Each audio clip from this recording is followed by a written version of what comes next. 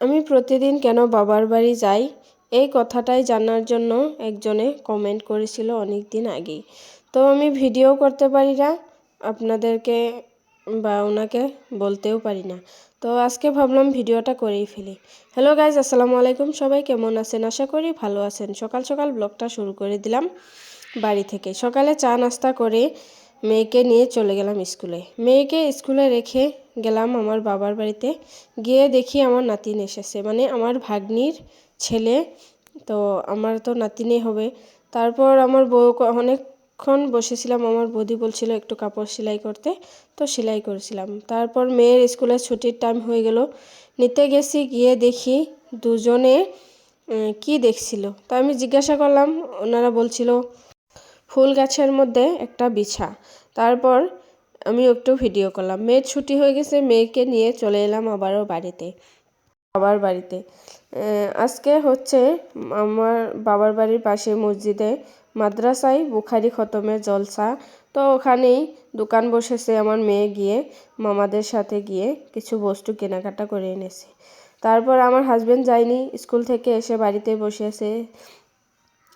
ওখানে কিছুক্ষণ বসে থেকে বাড়িতে চলে এলাম। এদিকে আমার মেয়ে তো একদম এসেই পুরা নাচানাচি লাগিয়ে দিয়েছে। নতুন গানের রিলস অল্প একটু শিখেছে, তাই করে দেখাচ্ছে। তো আমি মাছের তরকারি রান্না করে নিয়েছি, ভাতটা বসিয়ে দিলাম। বেগুন ভর্তা বানাবো এবং আলুর ভর্তা বানাবো, কারণ ভর্তা অনেক দিন হলো খাওয়া হয়নি। তো অনেক ইচ্ছা হচ্ছিল বানিয়ে খাওয়ার জন্য, তো বানিয়ে খেয়ে ফেললাম।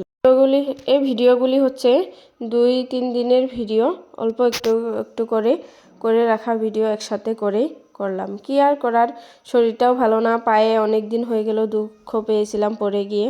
তো দুঃখটাও ভালো হচ্ছিল না, প্রায় ব্যথা করে, হাঁটাচলা করতে পারি না, বেশি দৌড়াদৌড়ি করতে পারি না, ব্যথা আরম্ভ হয়ে যায়।